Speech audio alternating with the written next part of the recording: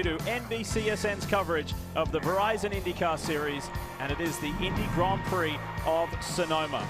So much build-up, and when you can have the championship decided at the final opportunity, it's what everybody looks forward to, and it is hot here today. 95 degrees, 120-degree track temperature.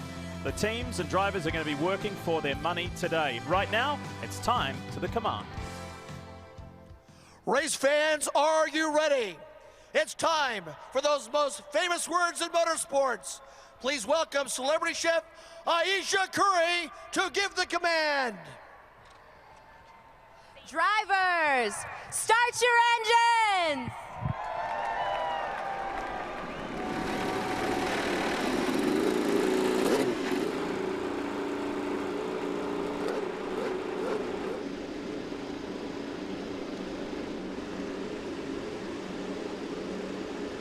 With a win, especially since it's been more than 2 years and 44 races since the three-car parked in victory lane. But Elio thinks he has something his teammates don't to complete a sweep for Team Penske this weekend. Robin? He thinks this is his last race for Roger Penske. He thinks he's out, being replaced, because Penske only wanted to ride the Indy 500 next year, and he wants to be a full-time IndyCar driver. He's been talking to Chip Ganassi. He's been talking to Ed Carpenter. AJ Foyt's got a cell phone number. It's hard to imagine Montoya not being back with Penske, but this is probably his last race for the captain. And I got news for you. If I'm Power and Pagenaud, I'm looking in the rearview mirror because he's going for it. Perhaps going out with a bang as far as his Penske tenure is concerned. Katie raised the point, guys, about this race for third, and look how many are still mathematically able to get a top three finish in the championship. Yeah, with double points on offer from Dixon to Munoz, about 50 points there, so a lot can happen for that third place position. Watch out for Graham Rahal today. He's had a really quick car and really jumped up into the fast six yesterday. I talked to him this morning. He says he likes his car and he thinks he's got a good chance at a win as well. All season long, we've shown you Honda's fastest seed in sports sweepstake winners. The contest has been a great success with thousands of entries at racewithhonda.com. Well, we've got a surprise for you today. A very special guest, San Antonio Spurs NBA star, Kawhi Leonard. How's the ride, Kawhi? They always love me. I'm having fun out here. Enjoy it.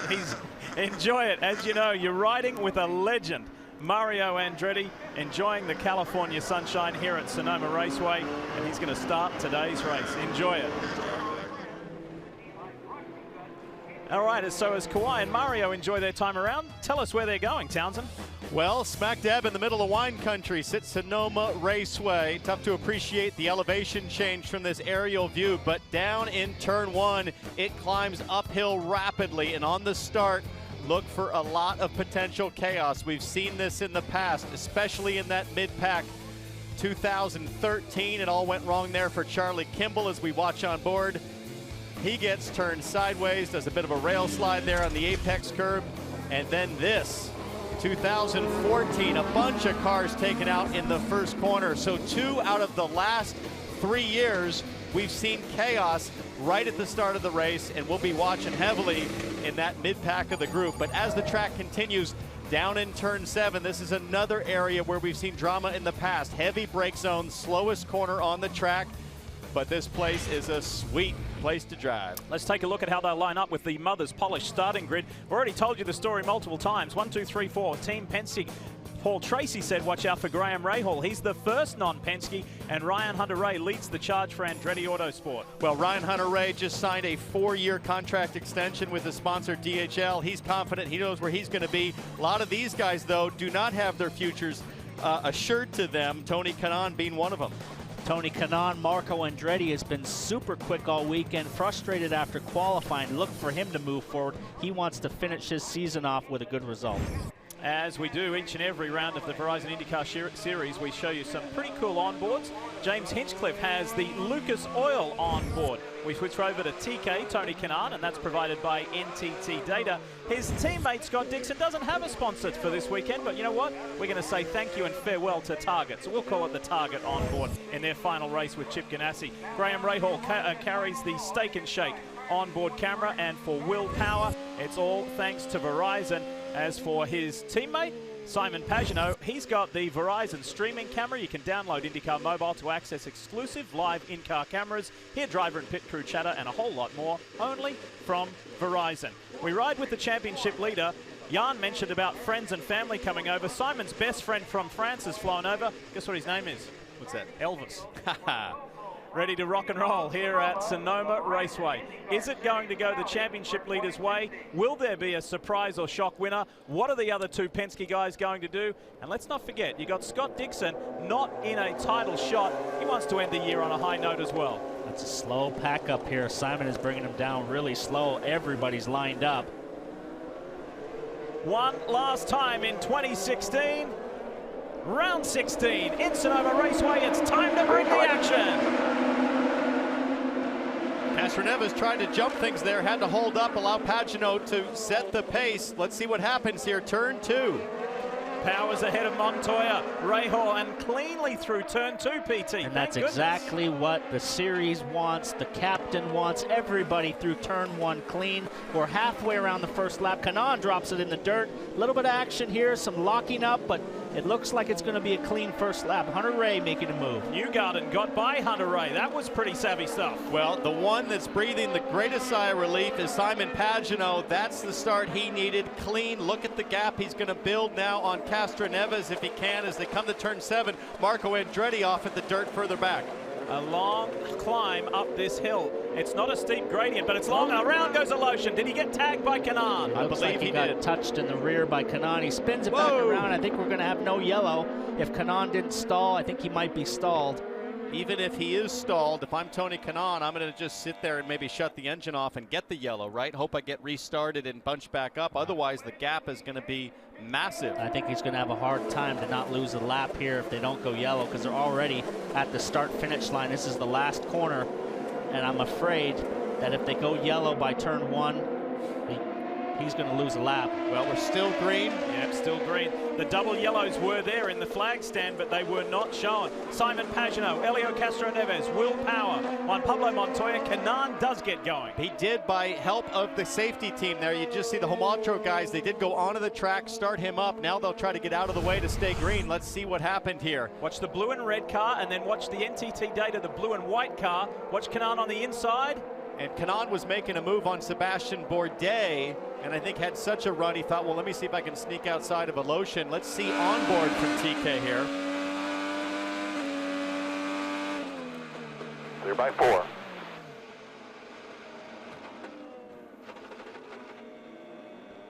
No, the engine did stall there. There you see Aloshin spinning around. So unfortunately for CANAL, now he is way back, about 30 seconds back of Aloshin, 45 seconds back of Simon Pagenaud. Front wing looked a little bit flexy. It looked like it might be broken or cracked. He'll might have to change that on the stop, see how it holds up. These cars are pretty resilient. Guys have run with broken front wings, but Pagenaud right now, just ahead of his teammate. There's a little gap back to Power. Juan Pablo right behind him, so he is controlling the pace, probably wanting to make the fuel mileage number, and tire wear this weekend is going to be key. How long can he go and make the tires last? Well, at 120-degree track temperature, it'll be very difficult for everybody here who started on the Firestone alternates, with the exception being Connor Daly, that started on the Firestone Blacks. James Hinchcliffe has made up 5 positions as we give you the Firestone telemetry. Have you seen James of late? He is a superstar on Dancing with the Stars, currently tied for the lead on the current season of that show, and his dancing partner Shana Burgess was here earlier in the week watching what James does for his regular job. But good start, making up 5 positions in the early laps is good going. All clear behind. There's Shana. She was here on Friday, not just to observe what Hinch was doing, but to go for a 2-seater ride. Yeah, and I think he absolutely gave it everything he's got here to impress his dancing partner, and that's not a lot of fun, Paul, if you don't have any experience as a passenger in one of these things. No, it's bumpy. I've been in one. I don't like being in the back, but it looks like she loved it, and we wish those two good luck and maybe a championship with the dancing moves. Striker pose. so to speak. Back to the action, and championship leader is the race leader as things start to get into some form of rhythm. Tony Kanaan's playing catch-up. Incidentally, to your point, PT, he radioed in just recently and said, from his vantage point, no damage. That's good. He's got an opportunity. He's too far behind now to go off sequence. He'll lose the lap, but he's got to get on his bike now and put some distance between Pagenaud, who's probably just driving to maintain the tires. He's got to build a big enough gap to get off sequence and do something different than everybody else. Well, we're going to get into that zone here real soon, Jan, because where we're talking strategy, talking tyre choice, the majority of the field, except for Connor Daly, all went for the Firestone Reds, perhaps to use them and get rid of them. Yes, and in fact, you see it's only lap 4. And what we see on the left-hand side here is the pit windows that we are projecting. You say, well, it doesn't open until 16. Well, these are fuel windows, and Paul Tracy already mentioned it, the tire degradation, not necessarily tire wear, but the tire grip starts to go away. Last year, Scott Dixon won this race by stopping on lap 13. See, before the window. I expect today with these hot temperatures, many people will come before the window, making it a 4-stop race or hoping for some yellow. And again, saving those rear tires, just like Paul mentioned, as Scott Dixon's trying to do right now, may be the key. Well, thanks, Jan. Speaking with Will Power earlier today, he felt that his advantage was on the black tire compound. So Power now just trying to hang on pace on the reds until they can switch for the pit stop. Up and running in Sonoma, and you're watching NBCSN's coverage of IndyCar.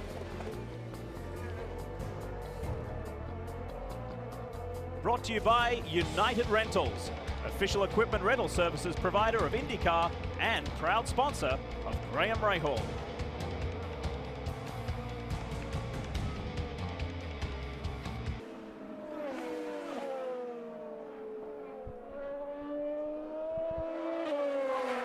GoPro Grand Prix of Sonoma continues. Early phases, but big distance. Look at those gaps. Simon Pagenaud has already put more than 5 seconds on that man there, his title rival, Will Power. So playing catch up, and he'll be looking forward to getting onto those primary tires. But let's put the spotlight on Simon Pagenaud, Paul and Townsend. I spoke with one of his former team owners this morning, an old friend of mine, Duncan Dayton, who owned the Highcroft sports car team. And I said, in the couple of years that Simon drove for you and won an American Le Mans Series P1 title, why did you hire him? What impressed you about him? And he said, Lee, this guy is the complete package. Over 2 years of high stress, high racing, high risk, high reward, he never lost his cool. He is so in control of his emotions. Well, he really puts a tremendous amount of effort into preparation. Last offseason, he went straight to work while other guys were on vacation. Simon Pagenaud was in the shop every day with his engineers, studying the data from last season, looking for ways to improve.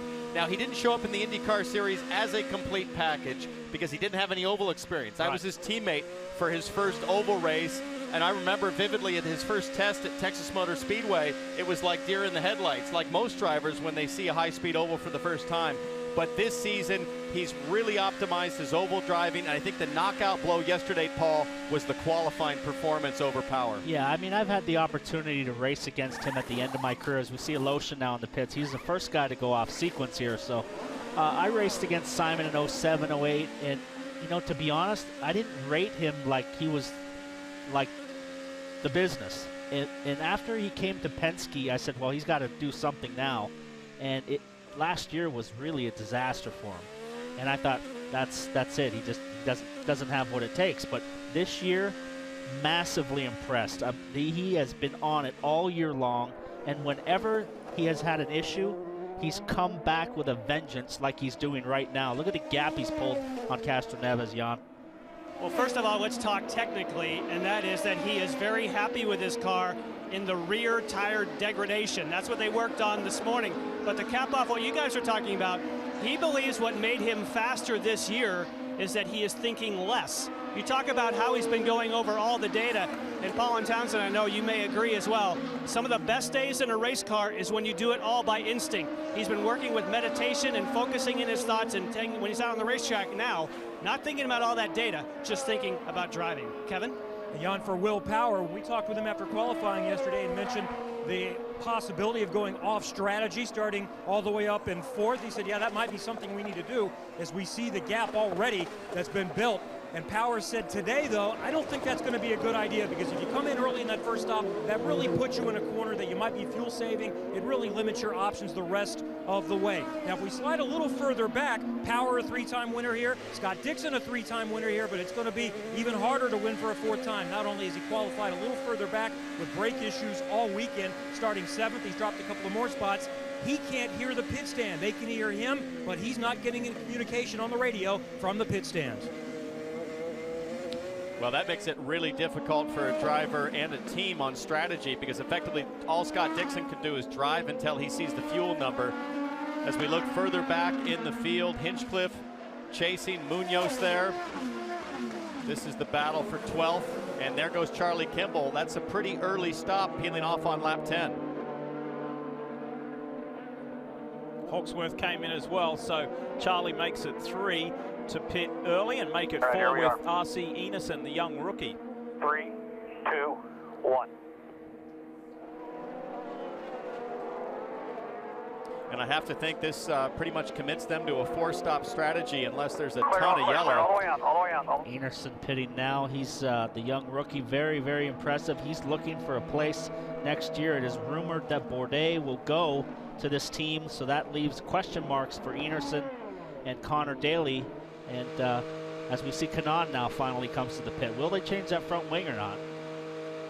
That's what we're going to watch for. He did radio in after the contact and the spin that he thought everything was okay, so we'll keep an eye on it. And I do not see a front wing assembly on standby, so they may make just simply some adjustments on the car. So he is going to need some yellow to make it a 3-stop strategy. Primary Firestones, and Kanan's back out.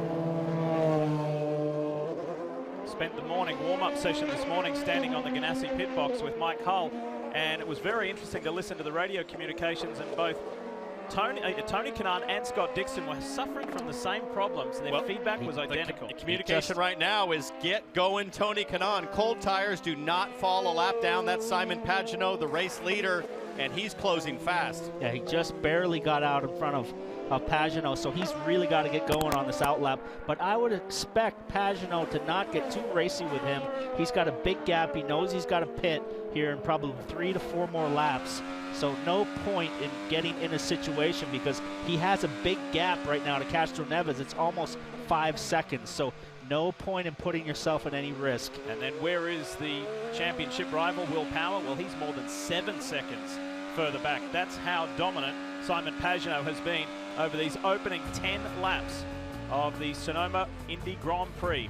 You're watching NBCSN's coverage of Indy, brought to you by United Rentals, official equipment rental services provider of IndyCar and proud sponsor of Graham Rahal. About 45 minutes drive from where we are at Sonoma Raceway, one of the most iconic structures anywhere in the world, the Golden Gate Bridge in San Francisco. What a day we have here in wine country, and if you're a Simon Pagenaud fan, it is going your way. A little further back, 2 cars that just pitted, Takuma Sato and Andretti Autosport's Carlos Munoz, who Michael Andretti told us yesterday not fully secure for 2017. He wants to keep the young Colombian. They just got to work out a few details. No, Munoz wants to stay. He's been the highest finishing driver in the points this season for Andretti. Michael Andretti would like to keep him. They have some more work to do, as you said, Lee. But nothing helps that situation more than a good result. You just see our aerial shot caught Munoz tail out. Big oversteer coming up and over turn 3. So Pagenaud leads to the tune of 6.5 seconds over Helio Castro Neves. Will Power 3rd, Montoya 4th, but Montoya's already 10.5 seconds behind the race leader. Graham Rahal is 5th, Rossi 6th, Newgarden 7th, Hunter Ray, Dixon, and Bourdais the top 10. And I think for Will Power, it could get interesting once he pits for the black tires. Right now, Pagenaud has slowed to a 1:21.3 pace.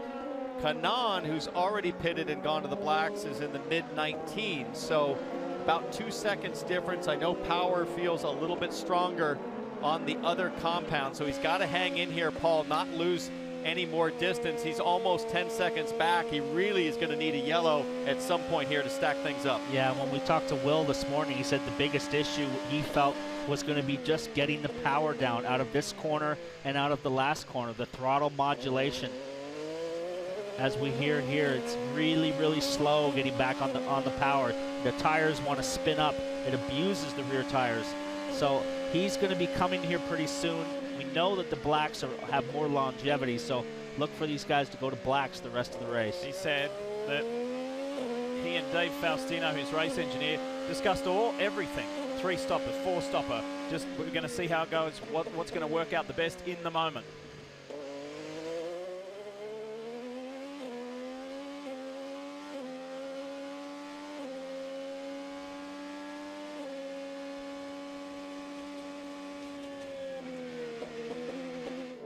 Alexander Rossi to the pits. Katie? And as the rookie pulls into the pit in the season finale, the team is just coming over the radio and updating him on the times of the rest of the field so he can compare himself to those veterans as they go to the Firestone Blacks and fill them up with Sunoco fuel.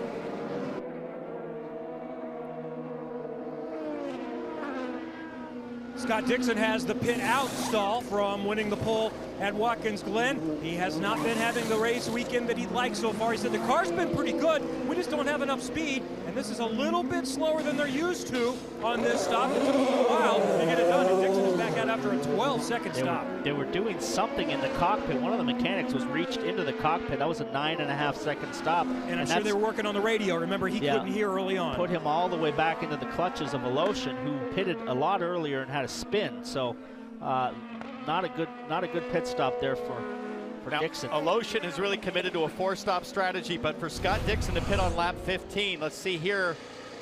The problem with these radios is the connection is often buried behind or underneath the headrest. It's very difficult to get to, and of course the headrest is all black along with the cockpit. Really hard to see anything. Will Power on pit lane. And Montoya is there as well. Jan? Yes, for Juan Pablo, at the pace lap, he had his drink bottle malfunction and said he got soaked. They've been able to resolve that issue. Hopefully he'll have enough water on a very hot day. You can see Power, and first to stop will be Juan Pablo Montoya. We'll see if they make a front wing change. While we do that, let's get to Kevin. Will Power was really hoping for easy ends, but they had to go around Sebastian Bourdais. That time, Montoya is going to try to beat Power out, but Power will keep that position as they go back up the hill. Good out from Power to stay out ahead of JPM, Juan Pablo Montoya. So now we wait for the top two in the race. Simon Pageau, Helio Castro-Neves. What will they do? When will they come in?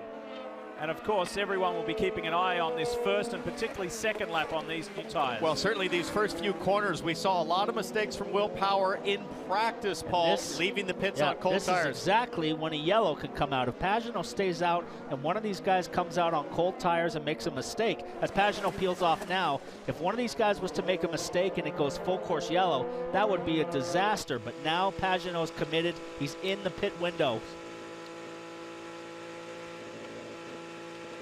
Calmly takes a tear off to clear his visibility. Hand on the neutral button, looking for a nice clean stop. And they're not expected to make any changes, but you may see a wing change, because anytime you go from the red sidewall Firestones to the black, it does make a bit of a balance change on the car. He's been obviously very, very happy. You see Castro-Neves getting to his spot. Let's watch that with Kevin.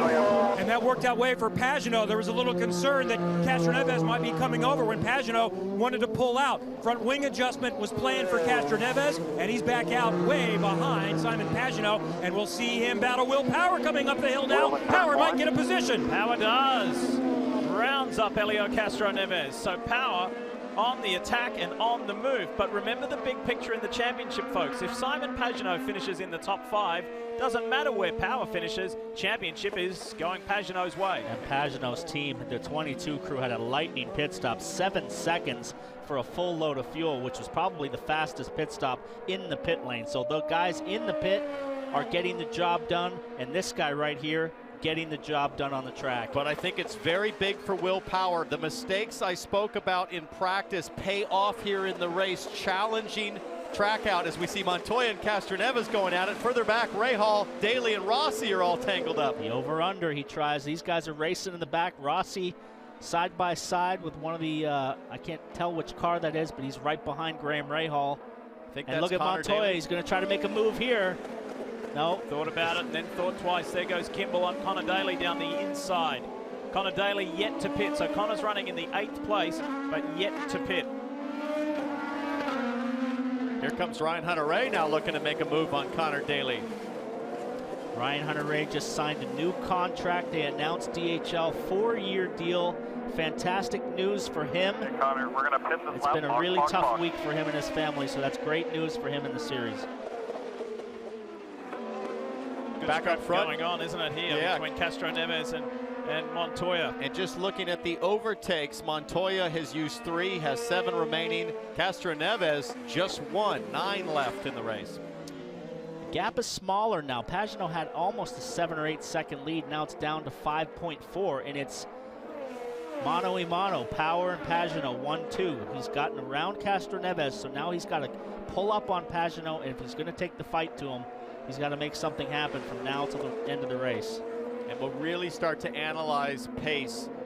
Pagenaud and Power, just as a reminder, Pagenaud only has to finish 5th or better to lock it up.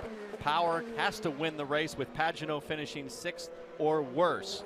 But right now, if you're Will Power, you forget about all that. It's what do I need to do corner to corner, apex to apex, to make the pace happen and close the gap. And go for the win. It's as simple as that. Power must win to stand any chance. And look at that. It'd blow out as they run right now from 44-point advantage to 67 to the favor of the 32-year-old Frenchman.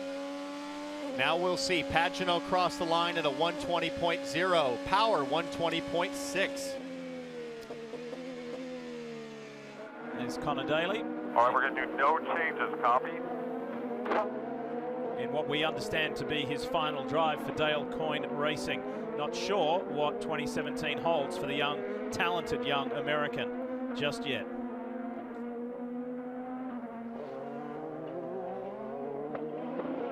So he's done, was involved in a good scrap just a few moments ago, but not scrapping with anyone is Simon Pagenaud, championship leader, race leader, and he's got a comfortable 6-second lead.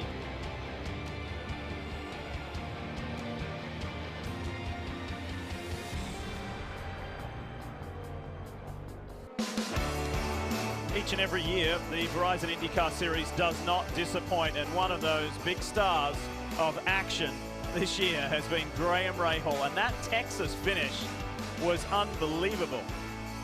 I was watching you guys from my hospital bed at the time, and I was like, said to the nurse, hold off on the painkillers, I need to stay awake and watch this. And towards the end, I needed the painkillers. It was nerve-wracking. It was a sensational finish for Graham Rahal as we ride on board, and I think it was a very smart finish for Simon Pagenaud. At the time, I said that could be the move for Pagenaud that wins him the championship by backing out of a 4-wide situation. But for Graham Rahal, he was only thinking about one thing, winning a race, and I know where he stands in the championship right now, it's all about winning today.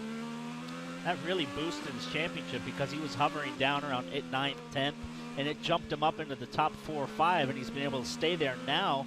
Has a shot at the top 3 if he can get a good result here today. And running all of these green flag laps, we've had no yellow so far. That really plays to the stamina, the strength of a guy like Graham Rahal. He's the biggest, he's the most muscular, he's got big hands, he runs that big wide steering wheel, and that really factors in as guys get tired towards the end of the race, as we see in pit lane, Hawksworth taking a stop. And to finish off that spot on, that piece on Graham Rahal, I mean, to go with his physical stature, he really grabs it by the scruff of the neck and gives it everything he can. Like yesterday in qualifying, he rode it into the guys and said, boys, that's all I had. I gave it everything. And he made the Firestone Fast 6. Hey, look.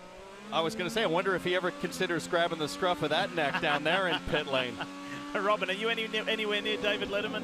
Well, I try and stay as far away from him as I can. He insults me a lot, Lee, but a good man and a great race fan. I think I'm glad to see him here. I thought he might be at more races since he has nothing to do with his life now except watch television.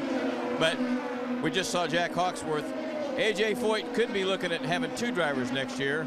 And when we see later on here when things slow down a little bit, we'll give you a silly season update that you're not going to believe, because I don't believe what I'm going to tell you. There is a lot going on, folks. There are some positions being changed like you wouldn't believe. Well, interesting to see Hawksworth on push to pass out of the pits. It's all about pace right now. Pitting off strategy. You have to make it work on driving faster than everybody else. There's not going to be a lot of cars for him to pass on that strategy. It's clean racetrack, so he's electing to use the push to pass to generate lap time. Long, long way to go still. 85 lap race. We're only 23 into this, so we're only quarter way. We're talking about driver fatigue. It's hot today. It's 90 degrees plus. The track is slick. The red tires don't last long, so a lot of strategy going on here as we see Montoya has slipped back into the clutches of Graham Rahal, who's pushing forward. And look at Castro Neves has now caught the back of Will Power, and Simon Pagenaud has skated away to a 6.5 second lead now. And that's been stable, hasn't it, Paul? All race long after an excellent start. Got that gap early on, built on it, and has maintained it. So Power might be in second, but he's still a long way back. And now he's going to have to deal with his teammate who thought he had the pole position yesterday, the Verizon P1 Award, until the very end when Simon Pagenaud laid down a lap that was just electrifying. It devastated Castro Neves, who again, and look guys, he doesn't need our pity, but again Elio comes to a season finale, Paul, and he's not a contender. He knows he can't win. Jan? Well, let's go through the field, starting with Simon Pagenaud. And of course, when you look at that shot, the long shot, this day at the moment is going absolutely perfect for Simon Pagenaud. You may have noticed that was a 7-second pit stop with no changes. And again, as long as they stay on this strategy, they have 1 lap in hand. Kevin? Well, for Will Power, this really has been a bonus opportunity to win the championship, because once you miss the season opener, your thoughts are it's probably not going to happen. And he was basically the margin behind coming into this race as he is now, as he was after this first race. So this has been a strong season for Power. He's quite pleased. And Helio Castroneves is looking at another position where he comes up just short of the championship. This is going to be likely the 12th time that he finishes in the top 4 or better. It's been a strong season with a lot of wouldas and couldas, but he's already thinking about what might happen next year. Jan? And of course, Juan Pablo Montoya comes up here with the other Penske entry, now getting some heat from behind from Graham Rahal. But I have a feeling when we do get to that silly season update from Robin Miller, this guy right here, Juan Pablo Montoya, is going to be a big factor. Katie? Jan, for Graham Rahal running in 5th right now. This season has been feast or famine. Lee caught up with him earlier. The thrill of the win at Texas, in the agony of the crash in Watkins Glen. He's had just 3 podiums this year versus his 6 podiums last year, and the 15 team is left fighting for wins rather than a championship. If you look at our year, our performance, our speed, our pace all season long has been better than it was last year. It's just last year a lot of the little breaks went our way. This year they've all kind of gone against us, and that's the way racing is. And Alexander Rossi in 6th as just a rookie. This is also his home track, and this is a great time for Andretti Autosport to really pick up the pace. He has more than 120 friends here watching this weekend.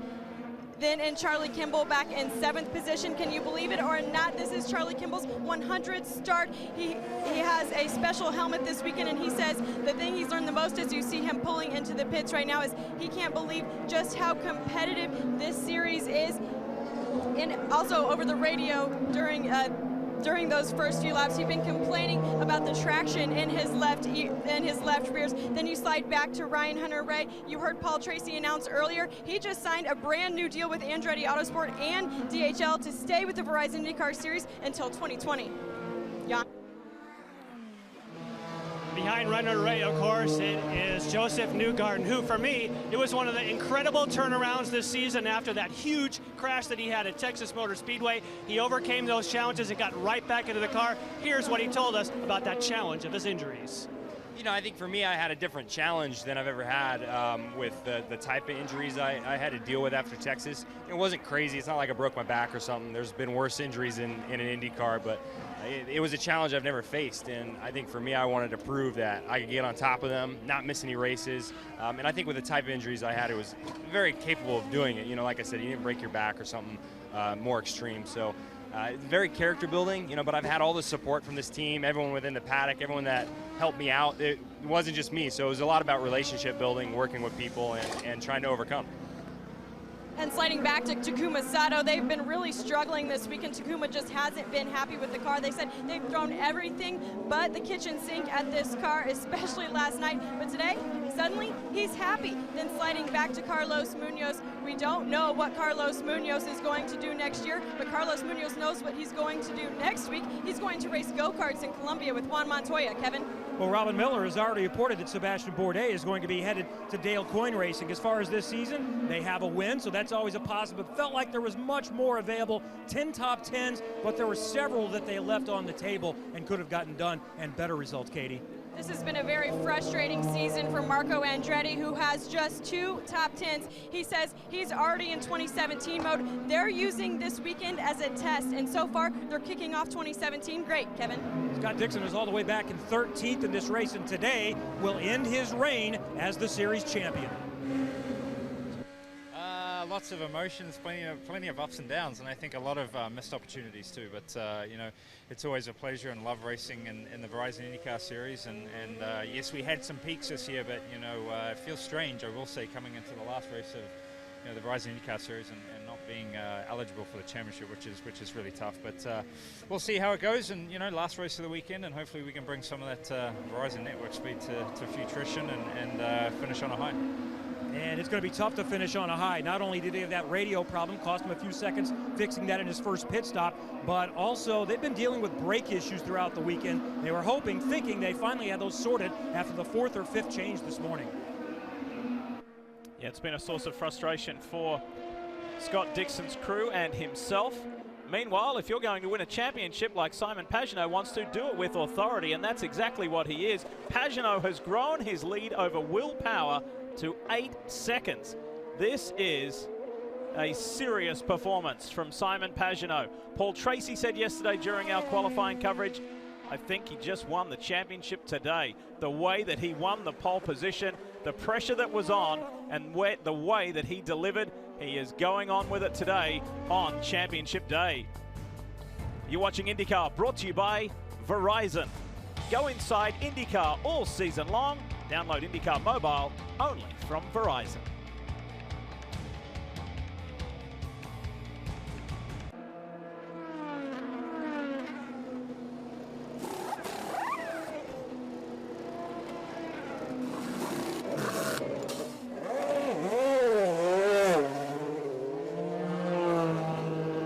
Back at Sonoma, where Helio Castroneves, running 3rd in this race, is the first one of the leaders to come in for stop number 2. No wing changes for Castroneves, so he's going a little bit off strategy. He might be thinking about this could be a 4-stopper, but he still is in position where he still can make this a 3-stopper. He's just going to have to save a little bit. And Townsend, did he do that because he couldn't do anything about Will Power ahead? Like, he couldn't do anything about him on track. Let's do something about him off track. Yeah, I think it's a chance to take a gamble. We know Castroneves is only focused on a win. 3rd in the championship, not so important for him.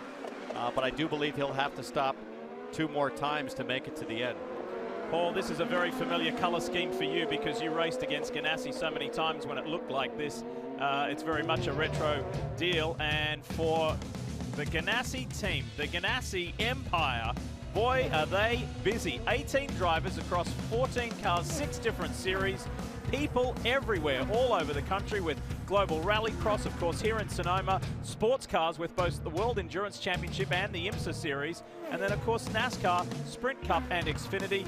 This is a logistical mountain to climb, and they have done it. Let's not forget the biggest occasion of the year, winning Le Mans. The 50th anniversary for Ford, Chip and his team's first visit. That was an incredible accomplishment. Now, just over the back part of the circuit where you see them go into the hairpin, turn 7, there is the Target Compound, which is an amazing facility where there are more than 400 people. There was a huge farewell party on Friday night. Target is saying thank you, but we've been around long enough and we feel we've achieved everything we wanted to. 27 years with Chip Ganassi is an incredible run to have that single sponsor. And I think on behalf of all of us, we say, Target, thank you for what you've done for IndyCar racing over those years. They've done a great job as another Ganassi car comes into the pits. Max Chilton watching that clock. Pretty snappy pit stop there. Looked like about 7.5 seconds, so he is off and away. But yeah, Lee, Target, what a great sponsor. A little race going on here with Castroneves, who pitted off sequence. He's fallen back. He's got fresher tires than James Hinchcliffe. He makes a move down the inside on push to pass. Nice clean move, and that's the difference right there between fresh tires and old tires. And that's the urgency of a 4-stop strategy with Castroneves. He cannot afford, he needs clean track, cannot afford to sit behind Hinchcliffe. So now he should have some clean air to try to make lap time and make that four-stop strategy work. As you can see in the distance, Munoz and Sato also hitting pit lane. Go, clear out. Those two guys have had a nice scrap over many laps, and they will be together again. Pagenaud, what's the race leader doing? 9.7 seconds in front. Incredible. Total domination. What we saw at the last race with Scott Dixon totally dominating Watkins Glen, that's the case here for Simon Pagenaud. He's so fast all weekend long, nailed the pole on used tires, and to pull away from, think about this, Will Power and Juan Montoya, to pull out 10 seconds on the likes of those guys, very, very impressive. And he's just in cruise control mode, listening here to the in-car. Let's watch him lift for turn one. Saving fuel, coasting it in. He's going to try to go as far as he can on this stint.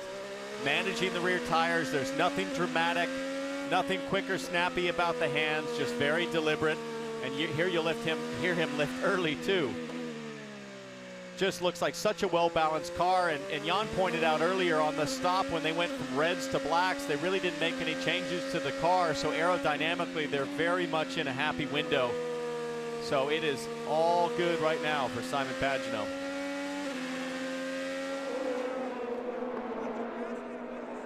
Well, we're looking at the 22 of Simon Pagenaud, and he features in today's Chevy driver profile.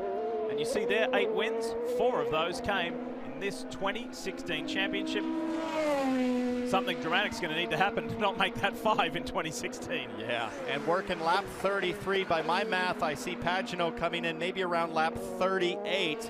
Wondering down in pit lane, Jan Bikas, do you hear anything on radio communication in terms of fuel save mode with our leaders? Well, I do. In the case for Simon Pagenaud, you talk about how perfect this day is going. The one thing that could trip him up, he actually is making good fuel numbers, and he can go to lap 39 or more. The only issue, Townsend, as you know, if he waits and stops at 39, which you want to, and someone stops just before that and a caution comes out, he could get hung up. That's what he's worried about. And that is a big worry that really cost Scott Dixon in Toronto, and it went in his favor. At Watkins Glen, Scott Dixon was the first guy to pit, and then it went yellow. So this is the drama that you look at. Guys dropping wheels off the track. There's stuff flying all over the place. Michaela Lotion and Tony Kanaan up the inside now of RC Enerson. Both coin cars there, because there is Connor Daly in the background. Clear. I think I may have been remiss to mention a little earlier on that IndyCar Race Control did actually review the contact between Tony Kanaan and Lotion, and everything was cool. No action taken. Kev? This is a little bit earlier for stop number 2 than what they would like for Scott Dixon, but because of the issues early on and where they are, he has to go a little bit off strategy. So what they most need is they need a yellow to get them to cycle back up to the front. Otherwise, a bunch of fuel saving and some cautions, or they're also potentially in 4-stop strategy now. So the Ganassi man, service sent and back out after, at it. As we go back up front to the race leader. It's not a robot in that car, it's actually a real person. You want to know more about him? Look at this, some childhood photos of Simon Pagenaud. Cars were always a part of his life. The young man from Poitiers in France, and America has been his home for a long time now. Derek Walker was one of the first to have a big influence on his career. His sister is here today watching him, and Haley, his girlfriend, his biggest cheer squad member.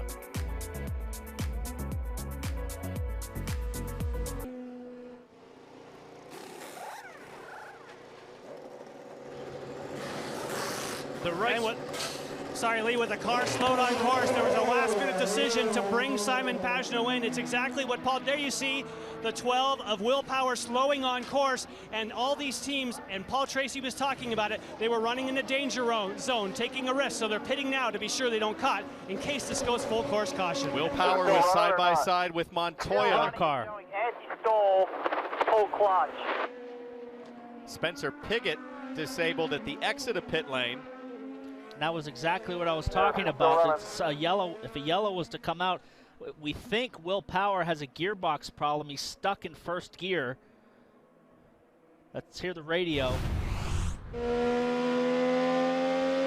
Watch Montoya to the outside. missed the ship. Try emergency mode. Emergency mode.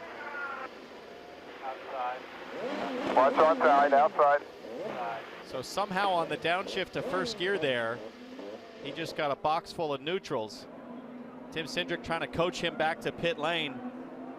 Using the old school lever technique, which is not appropriate. Not appropriate for today. It's all paddle shift and electronics, but he is barely creeping along back to the pit lane. He's almost to a stop, and this will cause a full course yellow. He's in the fastest section of the track. Power cycle help or not? And he's Power cycle? trying everything power cycle, which is why we lost our onboard camera. And where is Simon Pagenaud about to come around and lap Will Power? All you No, want. it just switched off. It just switched off. When you're fighting for a championship, you just want a chance, and that has been taken away from Will Power. And that'll have to cause a yellow at this point. Full course There yellow, it is. and that was the danger zone that we've been talking about for Pagenaud. Did he pit, not pit? They saw that Power was slowing and dove to the pits. Smart call by Team Penske as we see James Hinchcliffe in now just on the yellow. Whether he made it or not, we're not sure, but he is in the pits. Wow, can you believe what we're seeing here in Sonoma? 2 to fight it out for the championship, and there one sits. Well, no gears. They won't be able to just start that car and drive away. They're going to have to tow him back to the pits, which will take some time. He's already lost a lap. Spencer Pigot is stopped at the pit lane exit. Some smoke coming out of the car. And folks, if you ever wondered how steep turn 1 is here at Sonoma, look at where Spencer's car is and look at the flag marshals. The gradient is immense, that climb up to turn 2. It's hot today, a lot of issues right now. We're halfway through this race, and it just seems like a lot of mechanical problems have crept into these cars. It's very hot today, over 90 degrees, and look, 3 cars all of a sudden out of the race with mechanical trouble. See them still working on Connor Daly there. He lost a motor in practice, so it's been a really tough final race for the young American. He needed a better day than this. And Simon Pagenaud, guys, spoke about this earlier today, didn't he? He said, let's just hope we can fight and race and nothing else influences the outcome of this championship. Well, it just has.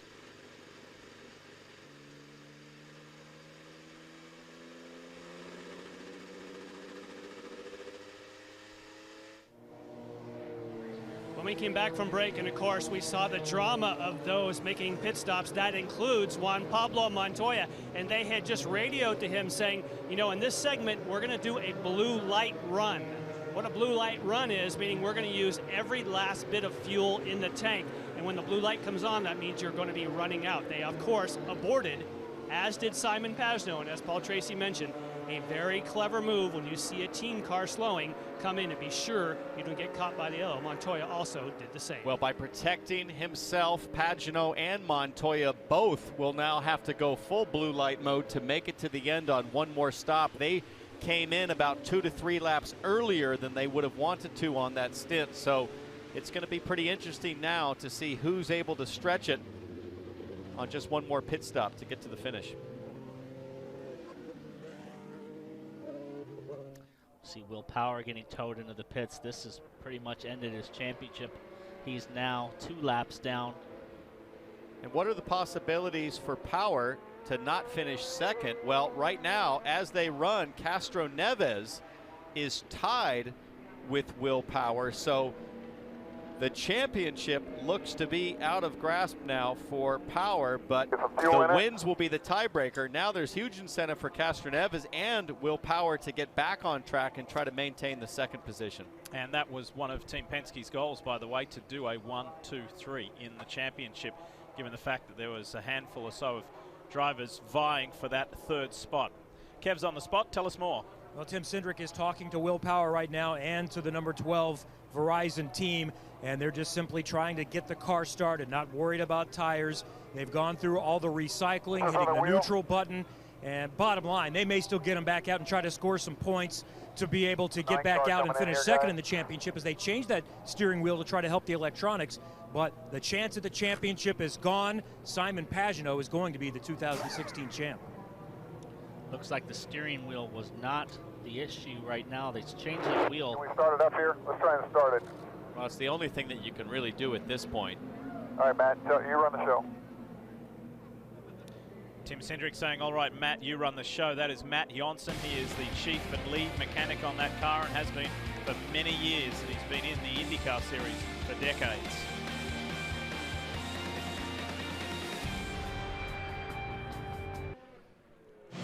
NBCSN is not only your home of motorsport, it's your home of open wheel racing. Formula One World Championship continues on October 1st with the Malaysian Grand Prix. If you don't know the results of today's Singapore race, hit the mute button for a little bit. We'll talk about it now because, guys, the championship is really on. Nico Rosberg winning. He's moved ahead of Lewis Hamilton now in the championship race. Yeah, Lewis really struggled at Singapore on pace. He just said he was off rhythm all weekend.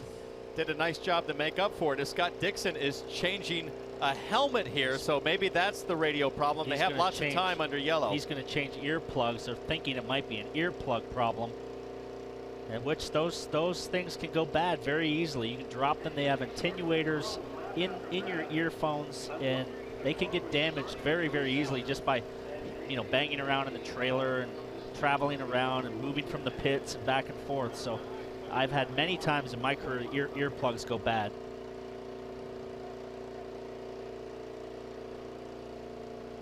So they'll be watching where the pace car is. It's on the back straight right now, so it's still time for Dixon. But you got to make sure you get that helmet done up all the way, because the pressure in these cars, when you don't have your helmet tightened on tight, it will rip right off your head. Radio check.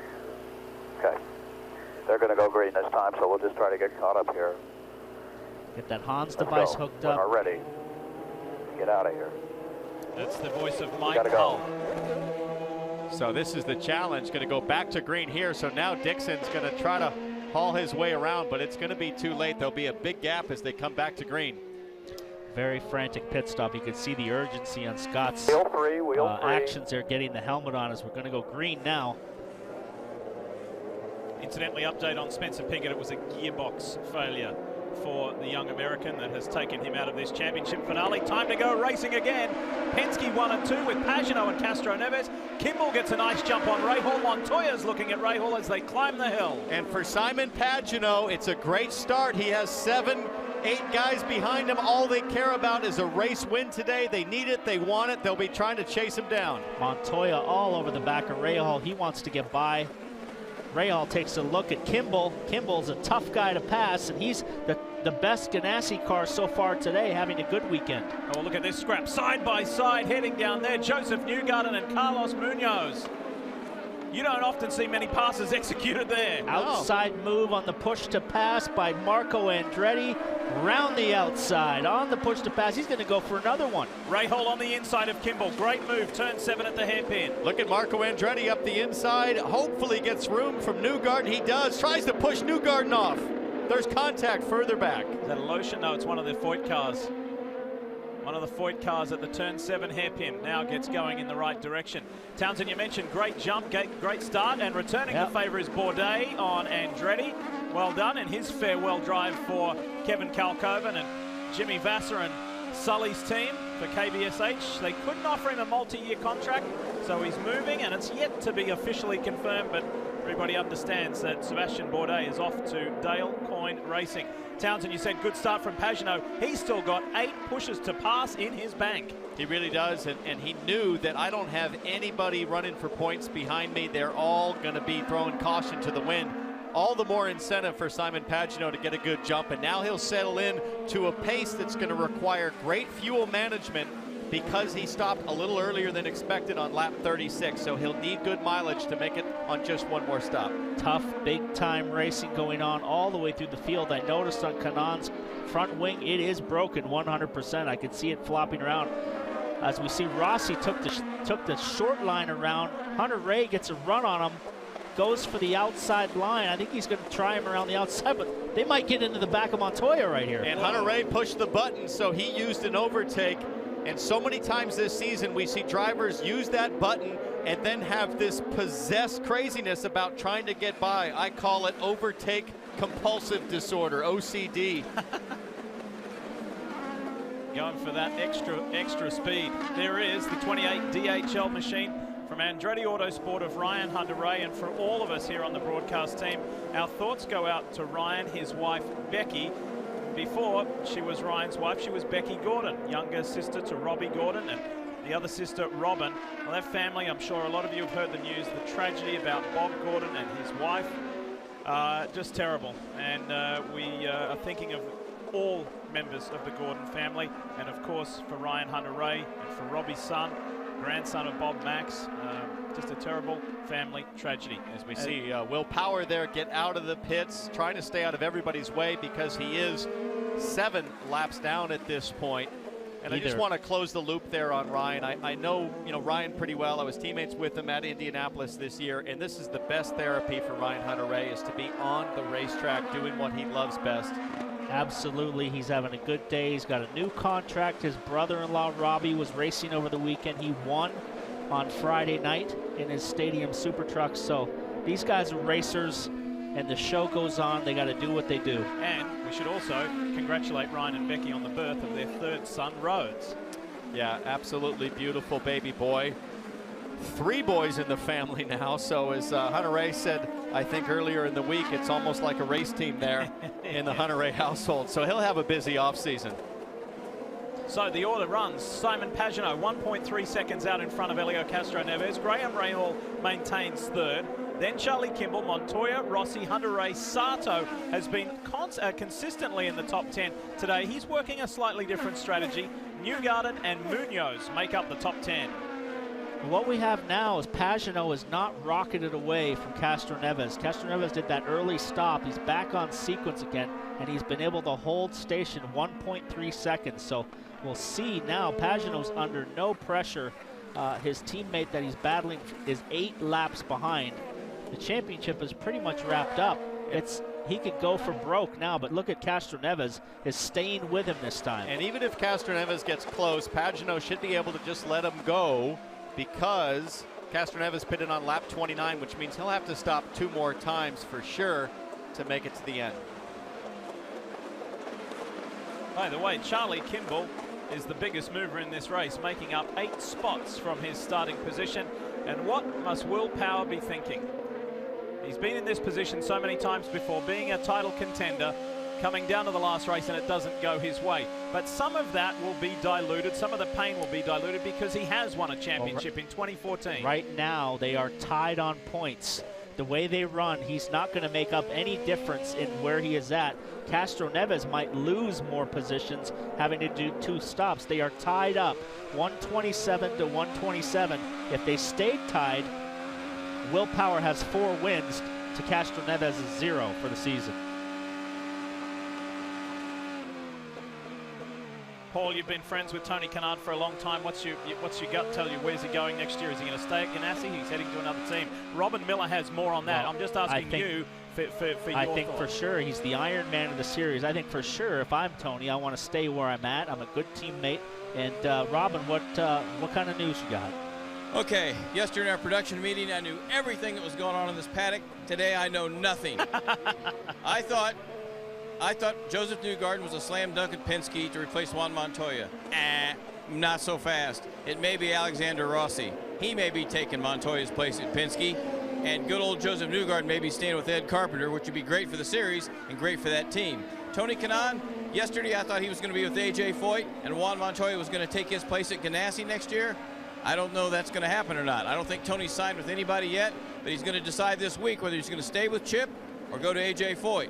Montoya has been talking to Ed Carpenter because he thought Joseph Newgarden was leaving to take his seat, so we're not sure what's going to happen to Montoya. Then you got a 3rd seat at Sam Schmidt. Who's going to be in that? We're not sure yet. So, once again, Ed Carpenter said, you know nothing. Nobody knows anything. You're all guessing. He's right. We're all guessing. Well, thanks, Robin, for clearing it up. I can tell you, I did speak with Tony Kanaan this morning, and Tony told me that Joseph Newgarden is the domino. So Joseph is first in line. Tony feels like he's next. So depending on what Joseph does, that will determine where Kanaan can land. Kanaan gave me a big smile. He says, I got to tell you, as a fellow 41-year-old Townsend, it feels good to be wanted again. Yeah. wanted second in line. I'd rather be first in line, right? There is the leader of this race, the leader of this championship, and I think we can safely say now, champion-elect.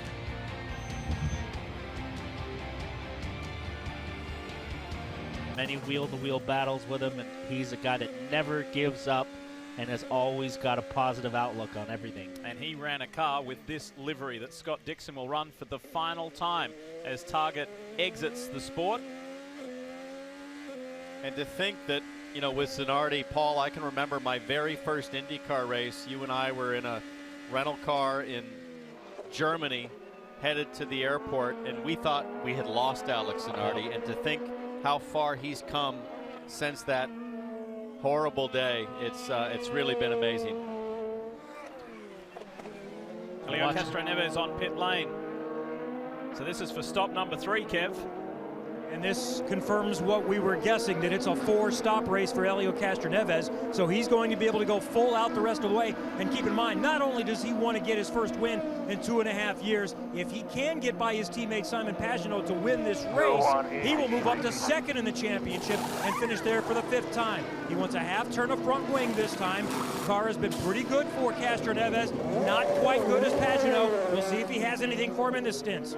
That pit stop right there was basically a 25-point swing to the negative for him. That will secure, for right now, Will Power second in the championship. And I'm starting to wonder a little bit about this green flag running here with Simon Pagenaud. Jan Bikas, do you think Pagenaud can make it on one more stop? Because he's got 2 very long windows to pull that off.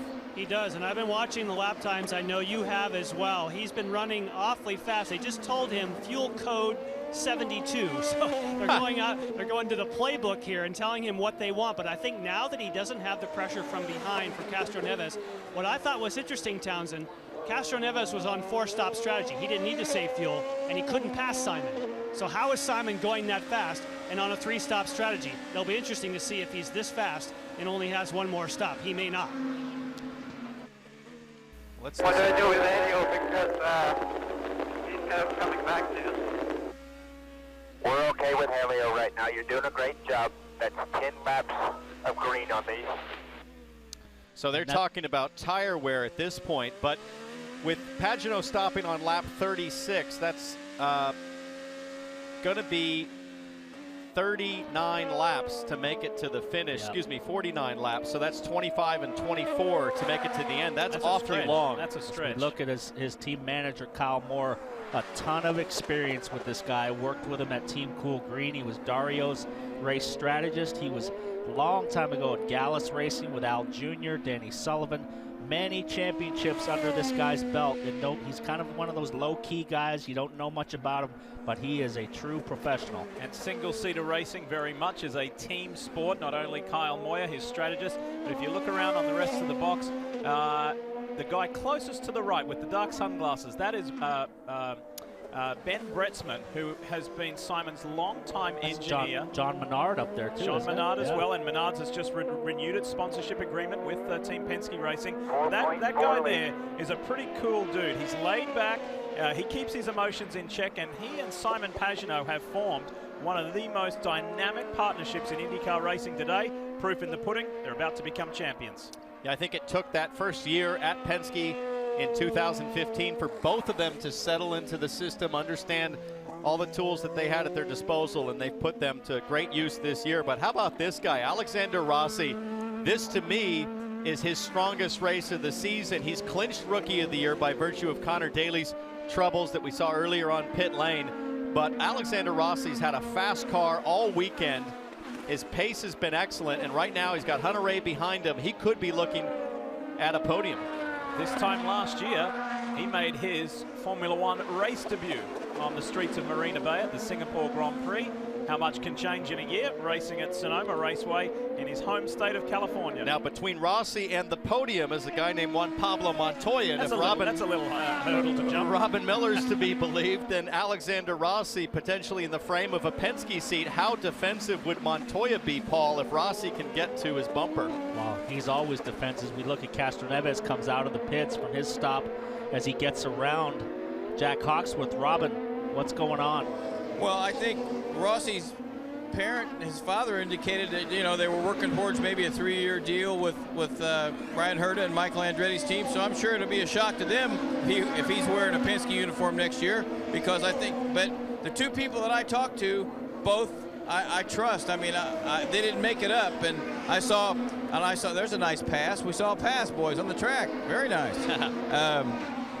What I saw last year, a couple weeks ago at Watkins Glen, was Rossi coming down out of Penske's motorhome. Well, that doesn't mean anything. I mean, he could have been in there borrowing money. I don't know, but it might be more than we think, fellas. My guess is that Roger Penske's using Rossi as a negotiating tool for Newgarden. It's all to play for in the silly season once the racing is done. It's going to be a fascinating one for Simon Pagenaud. He's driving on his way to become a champion.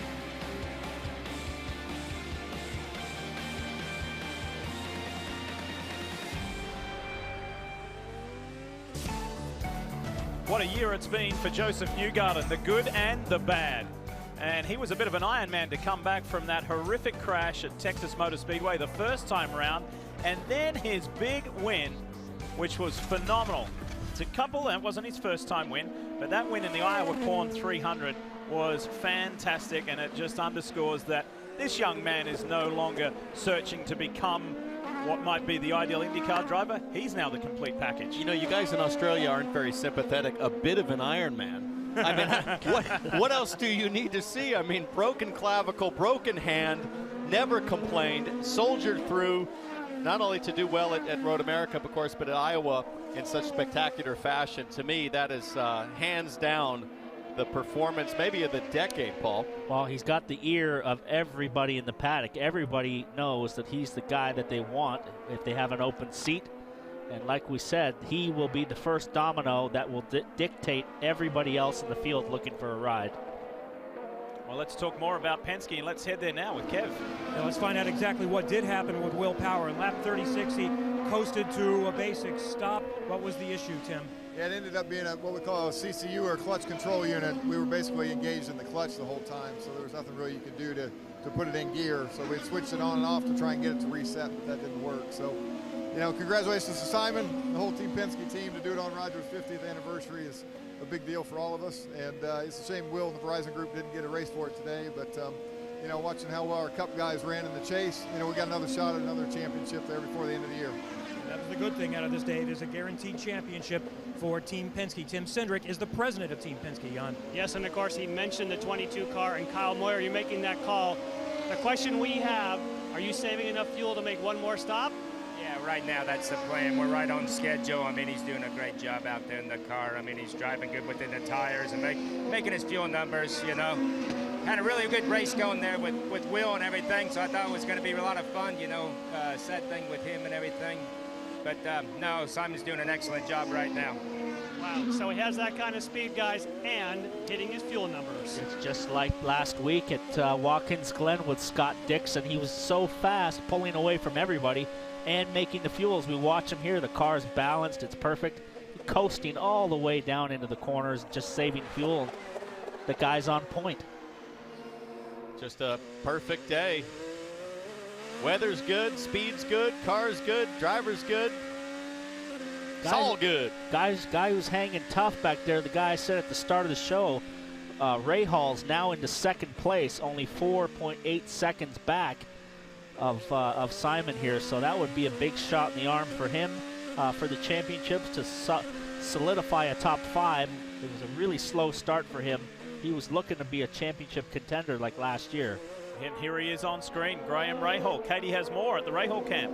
And Lee, I'm with Ricardo Nault, the guy that calls the shots for Graham Rahal. They're doing a little bit of chatting right now. But Graham Rahal's team was absolutely stunned when he qualified 5th. Now he's running 2nd. Ricardo, what's making the big difference? You know, it's funny, we just didn't play the tire game the same way everybody else did, so we never got to show our hand until qualifying, but then Graham really stepped up and put in a flyer, and he's doing a great job. Steak and Shake Honda's just performing really well. Right now we're managing our fuel to try to make it one more stop to the end. There's a few 4-stop guys out there that could really screw us up if the yellow comes out at the wrong time, but you know, I want to try to save enough fuel so we can really take the fight to Pagenaud and push him, because he has no reason to fight us for the win. Such a game of strategy, Lee. And guys, you know better than me, but consistency within a team counts for a lot, and that's what they found at Team Rahal, at Rahal, Letterman, Lanigan Racing. Ricardo, Nolt, Eddie Jones, the engineer. Things have calmed down there, and they've got this consistency and this momentum, and I think that's gone a long way in calming Graham. Well, the results let me just debate Ricardo there. There's every reason for Pagano to fight him for the win, because Pagano's never won here. The championship's already in the bag for him, so it will not be easy at all for Graham Rahal. I'll tell you, Ricardo Nault has been around a long time. He looks like a young guy, but he was one of Bobby Rahal's mechanics all the way back at the start of my career back in 1992-93, so that guy's got a lot of experience. A few moments ago, James Hinchcliffe for Schmidt-Peterson on the outside, and Elio Castro-Neves doing the move up at turn 7. Whoa. Look at Hinch. And we've seen that car tailing not just this weekend, many race weekends. Good catch from James. Had a lot of oversteer. Castro-Neves uses his 7th push to pass. He has 3 left at this point. Hinchcliffe has been the most efficient on the button. He still has 9 remaining. This guy's got to get his hustle on here, because for Roger to cap this season, we know he's got the championship. Right now, Castro-Neves is 4th in the championship, and Joseph Newgarden is 10 points ahead of him. So he's on the move. He's got to make more positions. And what a year it would be for Roger if it was a 1-2-3 in the championship. And conversely, for Newgarden, if Newgarden could pull it off with that missed points opportunity, remember he wasn't allowed to go in the second half, the restart, the redo, the do-over of Texas. So that would be huge. Making a move here. He's going to take a look. Taking a look. He's right up under the tail in the braking zone here of Aloshin. He's got the inside move. I think he might make a move down into the next chicane. Other guys now are saving fuel. They're trying to make a number, and he's doing 4 stops, so he's going as fast as he can go at this point in the race. Do you think, I'm just looking at Mikhail Aloshin, do you guys think that Aloshin is a better driver now in his return to the Verizon IndyCar Series? And what I'm pointing at is he went away, he diversified, he did some endurance sports car racing, and I think that's made him the more complete package as well. Well, his first year he was a rookie, and he was super quick. And then he had that massive accident at Fontana, injured his back, put him out the whole offseason. Sponsorship restrictions kept him out of the series for a year. He raced in Europe. Townsend, you did some racing with him at Le Mans, so he was really kind of forced out. He wanted to be here, but there was no opportunity to be here. I mean, the sports car racing really forces kind of the big picture learning for any driver, protecting the equipment. You've got teammates you're handing the car off to over long races. But for Mikhail Aloshin, I really feel like things came full picture for him at Pocono this year, where he was so fast, he was hanging on but did not crash the car. You know, finished second in that race as Castro-Neves ducks to the inside and not close enough to make it work. And here's a little OCD. He's on the push to pass button. Yeah, he went in deep, and Aloshin took him in way deep, and they both ran wide on the exit. But Castro-Neves, like we said, here's Pagano in the pits. Jan? And this should be, as you heard Kyle Moyer say, his last stop of the day. They need this to go. You're going to see other people in like Rossi, Ryan Hunter-Reay, but for right now, he gets up on the jacks. They just nice and clean. They want to get every last bit of Sunoco fuel in this. See, they wait and they wait. And let's get down to Katie. And Ryan Hunter-Reay has been trying to take the fight to his rookie teammate, but just can't make the move. Both of them stop this time. We'll see who makes it out first. Well, Rahal has gone a lap further than Pagano, so that puts him in the good for sure to make it. So that's solid for Rahal.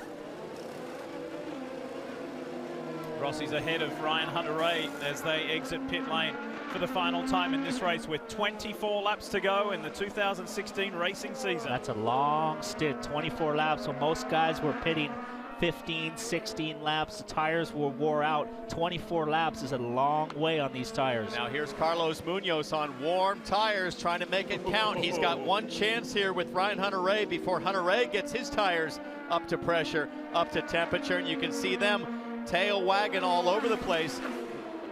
One thing I'll notice, guys, the sun is getting lower and lower here. This is the latest we've ever seen this race.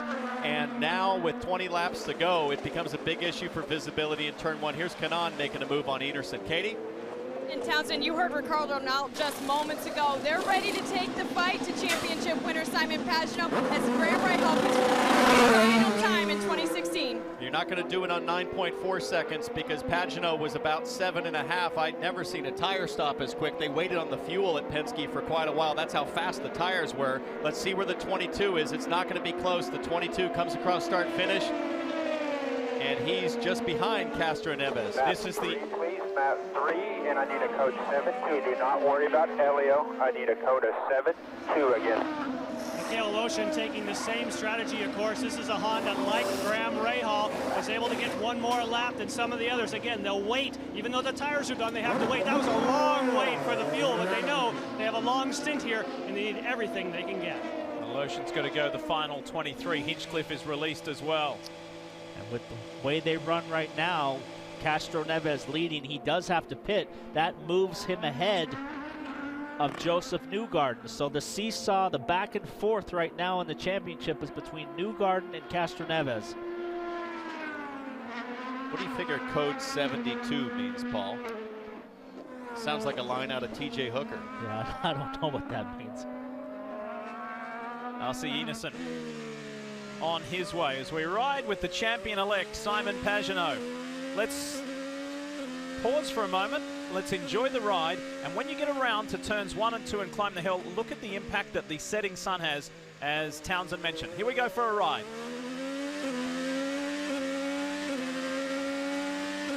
Hey, don't worry about Helio. He has to stop. We got a gap of 3.5 over Rahal.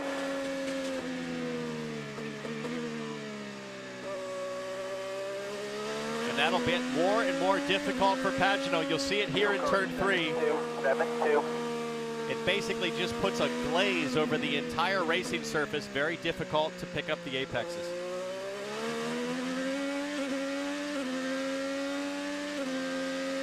.140 miles an hour as he drops into this corner here. 110 miles an hour through the apex as he goes down this short straightaway here up to 150 plus miles an hour, and the slowest corner on the track here at 40 miles an hour.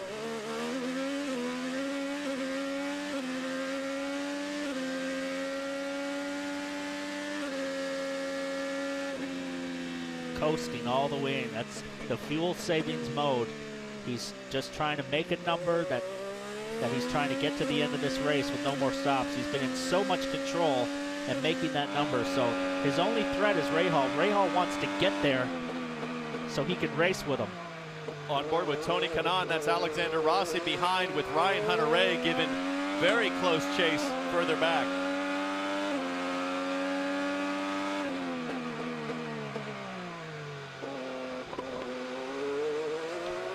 Nice battle here, 3 cars all together on the racetrack. Time to check in on our Chevy driver update and the top Chevys in today's race. Pretty easy to see there, and one guy not on that list of the top performers is the ailing Will Power. Here he is. 8 laps down. This is not what Will Power had in mind today. The electronics issue, the shifting issue keeps him from having an opportunity to fight for the championship. I'm not sure, guys, if anybody had anything for Simon Pagenaud today. It wasn't just needing to beat Pagenaud. He had to beat him pretty significantly, and Simon Pagenaud has been the class of the field today and this season, Jan.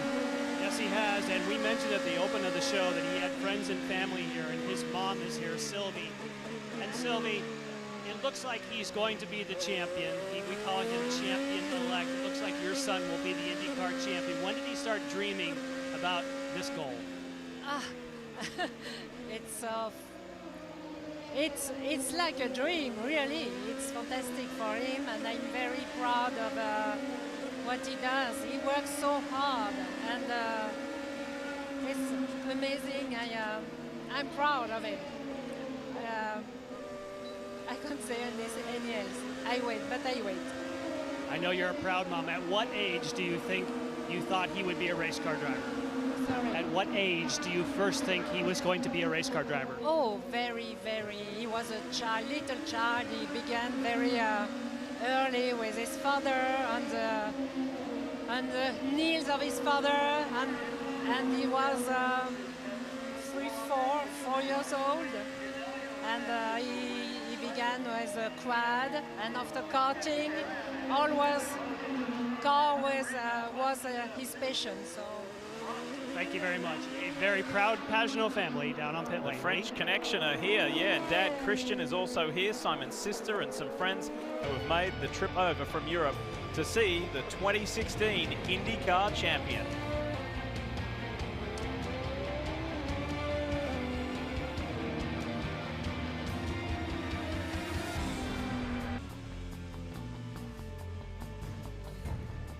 Season finale for the Verizon IndyCar Series. The Grand Prix of Sonoma continues with 18 laps to go in the racing season for IndyCar. And you're looking at Graham Rahal chasing down the second place Simon Pagenaud. Well, he's chased him down from 5 seconds, Townsend, down to nothing now. So Graham Rahal, we know he is a race day racer. If he smells blood in the water, he is going to go for it, and he is right on the back of Pagenaud now, who's saving fuel. And he went 1 lap further on the last stint, so he has 1 lap more fuel to use and burn. We know Pagenaud has to hit a number to make it to the end. Grant can turn up the dials here. Push to pass-wise, you have Simon Pagenaud 8 remaining, Graham Rahal 7 remaining. Let's go down to pit lane, Katie. Townsend, this battle between Simon Pagenaud and Graham Rahal kind of takes me back to Barber earlier this year when those two were going at it for the lead, and ultimately Simon Pagenaud came out on top, but Ricardo Nault just came over the radio to Graham and said, "Give him all you've got." And Graham said, "I'm going for it." Ricardo responded, "My man." And when Graham Rahal goes for it, it is pretty spectacular. If you needed any reminding, just look at the finish at Texas Motor Speedway. It was spectacular. I think we're going to have a good race here, because if I'm Simon Pagenaud, I want to cap this season off with a win and an exclamation point as we see Castroneves peel off for the pits. So that leaves them 1-2 on track, Kevin. And Helio Castroneves went off strategy early, came in for his second stop on lap 29. They were hoping for that yellow, gambling instead of just getting a top 4 or 5. Let's go for the win. Didn't work out in their favor. Now, this 4th stop is going to make it difficult to get in the top 10. Castroneves, though, still, if he can make up some positions, can still finish 3rd in the championship and get a 1-2-3 sweep for Team Penske. And he's there right now, Kev, as points as they run. Oh, that was close with Marco Andretti. And that is for 7th position. Now, Bourdais is coming on hot tires. We've seen this before. Castroneves trying to work his Firestones, get pressures, and see if he can catch Marco or defend against Bourdais. I was watching that position. As that position changed hands, he went from 3rd to 4th in the championship. 2 points behind Joseph Newgarden. So that position right there is the difference between 1, 2, 3 in the championship. And look at this. You couldn't put a piece of paper between these guys. Oh. Whoa. Marco Andretti, of course, trying to generate a strong result to end the year. Absolutely not wanting to give any quarter there to Castroneves. Nice job, Marco. Castroneves will be on fresh tires, full fuel, full go as fast as you want.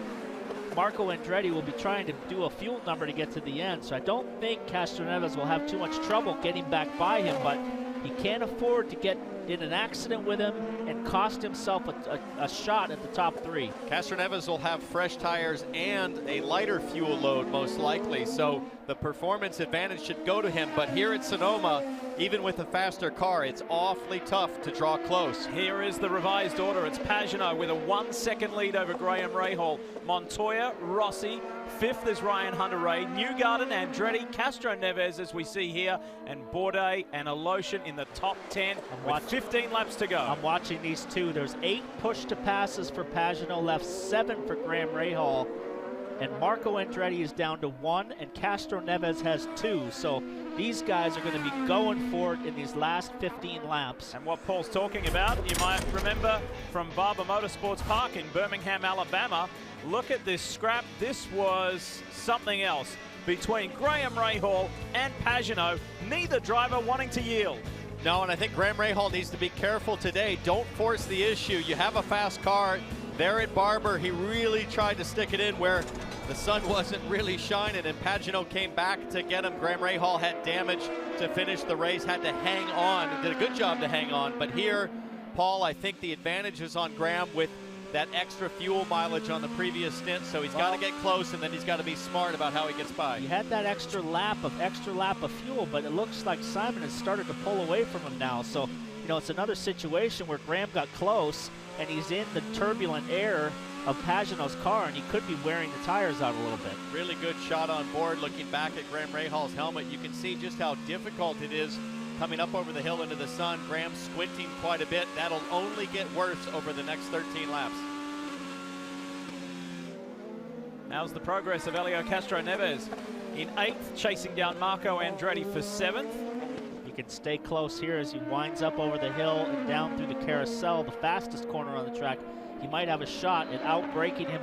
He's on push to pass now, so he's going to make a run right here and try to get back that 3rd in the championship. Good run out of the corner. Here we go. The OCD. There we go. Nice. That was straightforward. Beautiful. Marco locks up. He's going to get him back over under. Back under you. I'm back under you. Good work, Helio Castro-Neves. Clear, clear, clear is the call, and he is. Now he can set his sights on Joseph Newgarden, who, incidentally, he's arm wrestling for that 3rd spot in the championship. Now 3 points the other way. Castro-Neves ahead of Joseph Newgarden by 3 points. That was the voice of Rick Mears coming over the radio. How nice, guys, to have an IndyCar legend, Indy 500 multi-time winner on the radio, giving you the air traffic control. Not every driver in this field has a spotter here at Sonoma. I only counted 4 or 5 the other day on the roof. Joseph Newgarden for Ed Carpenter Racing in the Fuzzies Chevrolet. The 25-year-old American will now see his mirrors with Helio Castro-Neves rapidly catching him. Can he keep him at bay? Helio's on a mission. He's on fresher tires than everybody else in the field, so he's got the advantage over the cars in front of him. A lot of these guys, by the end of this race, the last 5 laps, they are going to be slipping and sliding all over the place. And Helio has at least 10 laps better tires than everybody. Now Castro-Neves has 1 push to pass remaining. Newgarden, he's catching Newgarden. That's the next guy right here in front of him. So, Paul, if Newgarden can defend on that 1 push to pass use that Castro-Neves has left, then it might be pretty difficult for Castro-Neves to get by. So this is the battle for 3rd in points, and it should get fierce as we come to 12 to go at the line. For those of you turning on late, if you're wondering, hang on a minute, we haven't seen Will Power. What happened to Will Power in this race, in this championship fight?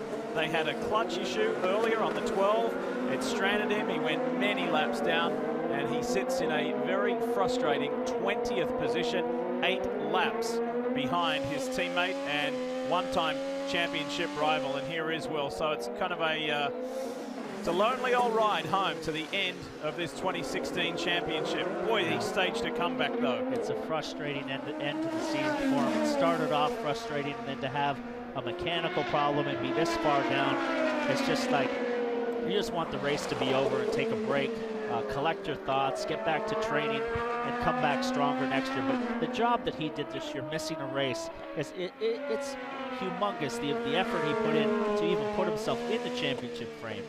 And let's not forget what's happening, perhaps more importantly, at home.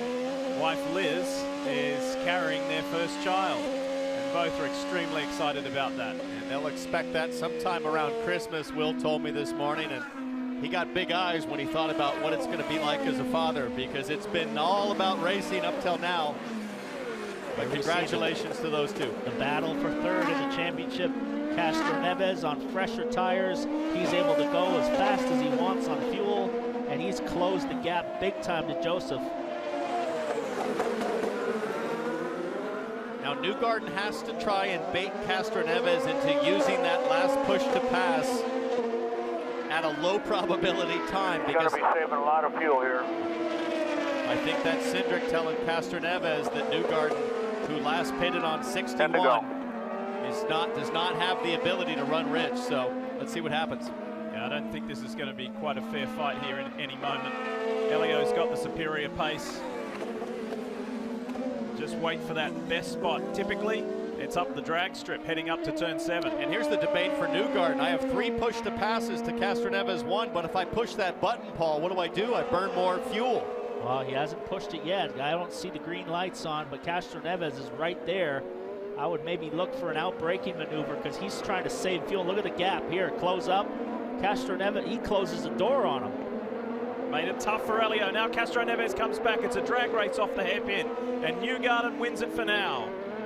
No push to passes used by either of them. You see the red light on the roll hoop. When that goes green, they're on push to pass. So Castroneves is much quicker than Joseph right now, and he's just going to work him over and try to do it without using the push to pass. By the way, up front, Simon Pagenaud has brought a little more comfort over Graham Rahal. He's 1 second ahead of Graham. It did go out to 1.8. It's come back and steadied at an even second.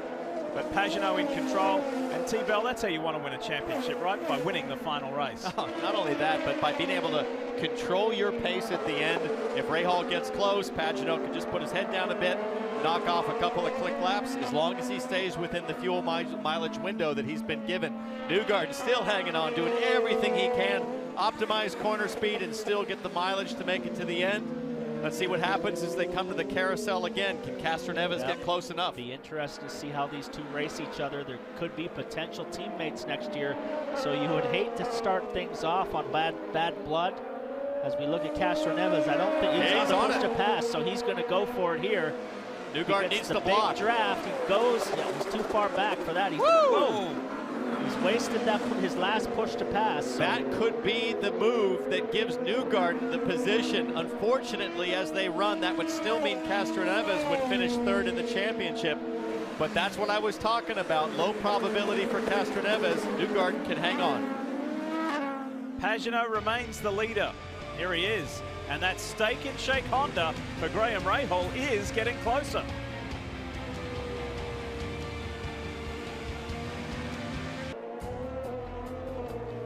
You're watching NBCSN's coverage of IndyCar, brought to you by Hyatt Gold Passport, the official hotel sponsor of Graham Rahal and the number 15. How beautiful it is up here in wine country, Sonoma, California, for the 16th and final race of the year in the Verizon IndyCar Series. And the race is on again between Joseph Newgarden and Elio Castroneves. Oh, thought about it again. Not quite close enough. Newgarden with some very good defensive driving. He's making life hard for Castroneves. He's not having it, Townsend. Very smart drive from Newgarden. He knows now Castroneves is out of push to pass. Newgarden has 3 left. The advantage to Newgarden is to force Castroneves into a mistake, break his wing, have to come in the pits, lose position. So 7 to go. He's trying to force him into a mistake to where it might cost him some positions. Well, the struggle for Newgarden again is that he just cannot break the fuel mileage number he's been given to make it to the end. So it's the worst possible situation for a driver. He knows that he can go faster if he was allowed to use the fuel, but if he does, he'll be forced to make a splash at the end. He can't afford to do that. Big picture-wise, when you think about what's going on in this race and the effect it has on the championship, guys, and Paul, you were a Team Penske driver. This is a script that can only be written for somebody like Roger Penske and Team Penske. Winning the championship, guaranteed to win the championship in the 50th anniversary year of the team's existence, and you get a 1-2-3. Wow. You get both your drivers in the NASCAR Sprint Cup chase. What a year for it to be your 50th. Yeah, to cap this 50th year with a 1-2-3 in the championship is really what Roger wants. They've sealed up this championship 1-2, but Castroneves right now has got it sealed in third. He doesn't really have to pass Joseph, but he obviously wants to put some distance to get the best finish he can, but he really doesn't have to if he doesn't want to, because he's ahead of him right now by 2 points. There is the captain, Roger Penske. Not only a motor racing legend, but business legend as well. What a career, what a life he has had. And remember, the expansion that Team Penske is going to go through next year. Xfinity, full-time Xfinity Series program. They're adding to that. They're growing that.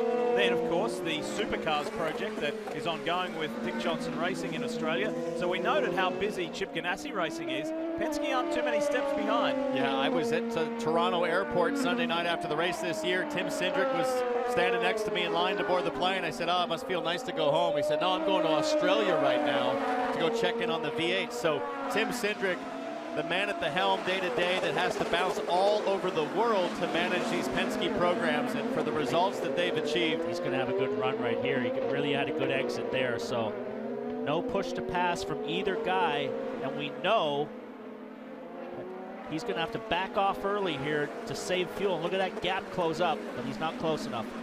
Final 5 laps of the 2016 season. Nice to end with a good scrap, isn't it, for position? I think Joseph's got to watch if he's driving to a fuel number. If Castroneves keeps pushing him past his fuel number, he could run out of fuel on the last lap. We're unsure of how many guys really can make it other than Pagenaud and Rahal. We're unsure of who can make it. We know Castroneves can make it. And having a lonely old drive ahead of these guys by a couple of positions is one Pablo Montoya.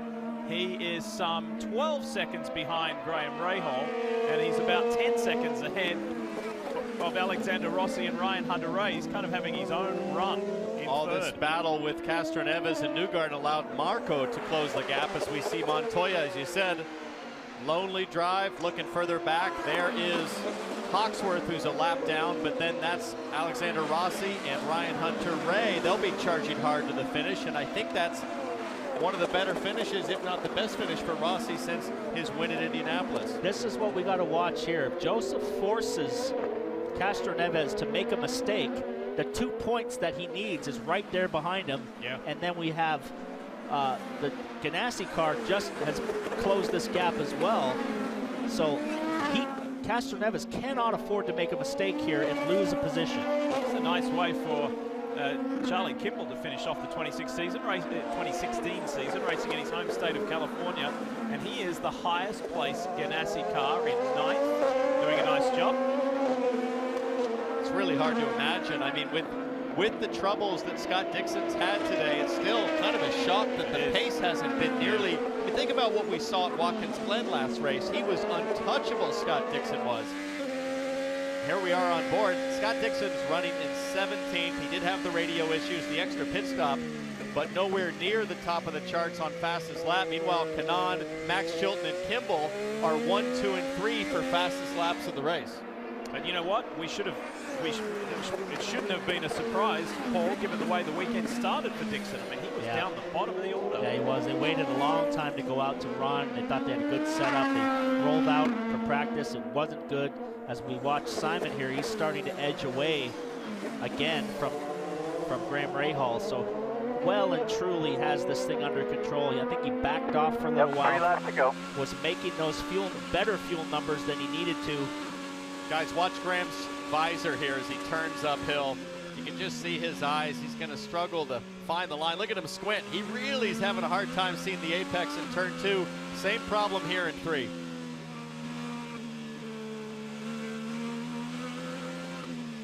Luckily, at the end of the race, you have so much muscle memory from all the 80-some-odd laps you've already done. That really helps guide you. You effectively can't see there, but you've done it so many times that you can almost do it with your eyes closed. This fight continues. Newgarden up against Castroneves with Marco Andretti and Charlie Kimball stalking in the background. They're for the minor placings, but there are championship implications. But Elio in the 3 there, the Hitachi Chevrolet, just needs to stay where he is. Monitor his position, and he will secure that 3rd spot in this 2016 championship.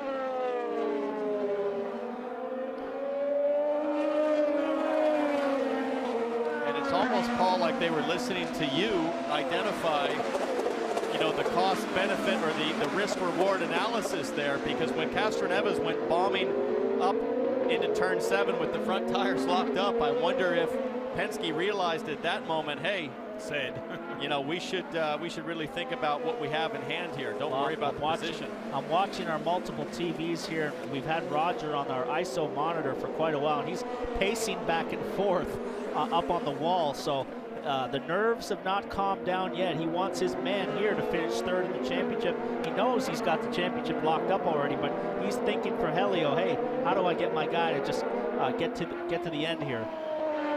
At what point in your life did you find the voice for reason and push to pass right there for Simon. He's on it now, so he's saved enough fuel now to where he doesn't have to worry about fuel. I just saw he was on push to pass. Yeah, so he's going for lap time. And this is another important piece in the Simon Pagenaud puzzle. He was a champion in junior open wheel category. He was a champion in the American Le Mans Series in the Prototype 1, the LMP1 class. Came to open wheel racing again, but this is a guy who is so multifaceted and so diverse. There was one racing season a handful of years ago. He raced 12 different types of car in a single year, including rally cars, V8 supercars in Australia, Indy cars here in the Strait. I mean, this guy is a very diverse and complete racer, and he is one lap away from being crowned an IndyCar Series champ.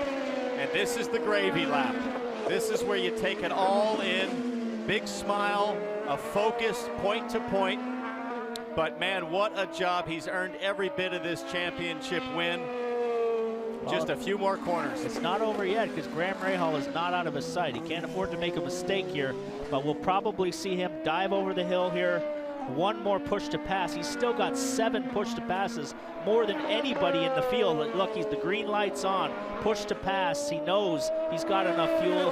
The guy has been the master of the fuel and tires today, and he's just going to bring it home. Pagenaud may not have the reputation like a Will Power as being super aggressive, but he is. He thrives. He relishes on pressure situations, and when the biggest pressure situation of his racing career has come calling, right here, right now, he has responded. And there's been significant milestones this season. His first win for Penske at Long Beach, his qualifying performance at Iowa, the pole position yesterday over Will Power, all of that has built confidence. And this is it. Not only did he stamp his authority on it to get that pole position, but now, at the final race of the year, he gets his first win in Sonoma, and Simon Pagenaud is the 2016 Verizon IndyCar Series champion. Winner and champion, great job. And mum and sister and family are delighted, as you would imagine.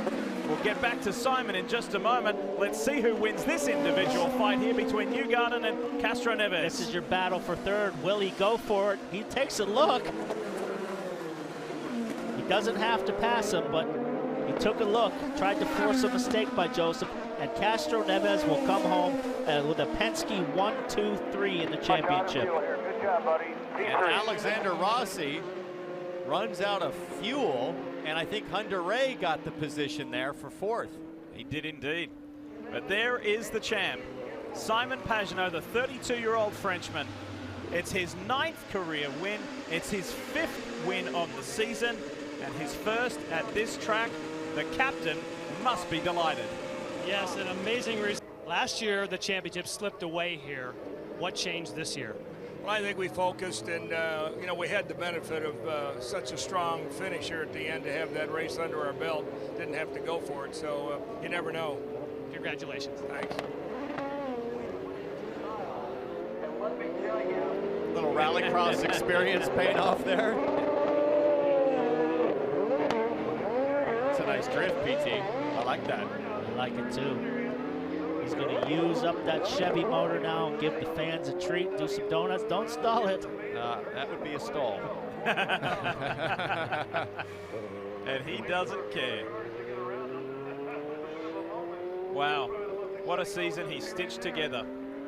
We documented it many times last year about he was kind of given a free pass last year to take his time to settle in to Team Penske. Both himself and his engineer, Ben Bretzman. Well, they did use that year, and they used it very productively to launch themselves into this 2016 season. 2 weeks in a row, James runs out of fuel. Look at this guy. He's up on top of the car. All the fans are down there at that end. Well done, Simon Pagenaud.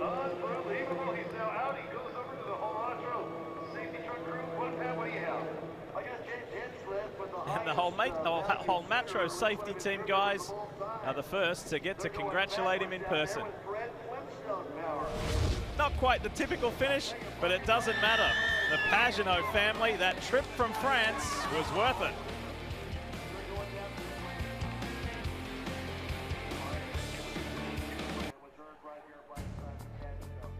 It has been a gorgeous, if not slightly warm, afternoon and day here in wine country, Sonoma, California. 2016 Verizon IndyCar Series Championship is done. And the winner is Simon Pagenaud. Second year with Team Penske. Not quite the power that he thought would get him back to victory lane. Being towed home by the Holmatro safety crew. But it's all just part of what is a fascinating story this year. One guy who was a big part of that story was his rival all the way to the end, Will Power. Jan? Yes, and of course, what could... Time now is we are going to head to the Verizon IndyCar Series victory lane, of course, with today's winner, Simon Pagenaud of Team Penske. And this is something that he has been dreaming about. He's worked very hard on his mental strength and mental approach, keeping calm, keeping the emotions in check as part of the overall package, along with his driving, of course, his training. But this is something that he has taught himself to visualize. Well, now, doesn't have to visualize it anymore. He's there. He's seeing it for real.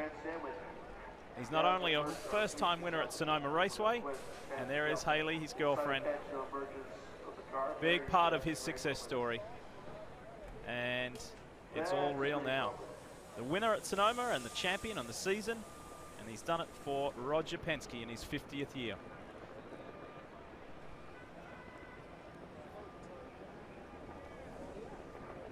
Simon is a very pleasurable guy to be around. He's very intelligent. He knows a lot about motorsport history. He appreciates that, and he will be very grateful for his place in Verizon IndyCar Series history.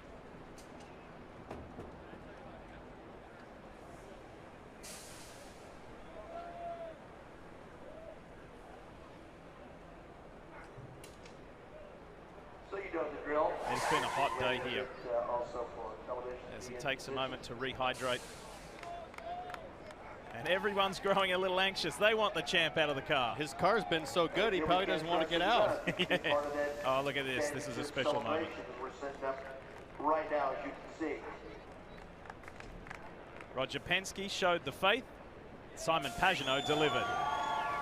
Here's the champ.